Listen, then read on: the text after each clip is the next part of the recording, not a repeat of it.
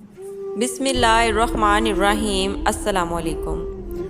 मालूमात जो शायद कम लोग जानते हैं। बंदर जुगनू के करीब नहीं जाते क्योंकि वो इन्हें आग का शोला समझते हैं। कुत्ते को जिस्म की बजाय ज़ुबान पर पसीना आता है। कुत्ते को घी हजम नहीं होता।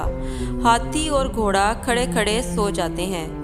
मछली की आंखें इसलिए खुली रहती हैं क्योंकि इसके पपोटे नहीं होते। केकड़े के दांत पेट में होते हैं।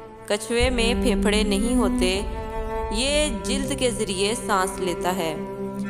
चींटी अपने वजन से 40 गुना ज्यादा वजन उठा सकती है।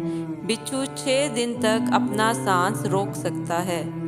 बिच्छू पानी की तह में सांस नहीं ले सकता, लिहाजा वो अपना सांस रोक लेता है।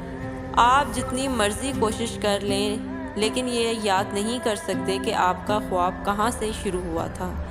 मक्खी 1 सेकंड में 32 मरतबा अपने पर हिलाती है। दुनिया के 26 मुल्कों को समंदर नहीं लगता।